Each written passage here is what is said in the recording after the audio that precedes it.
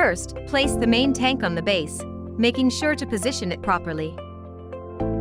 Then install the magnetic level.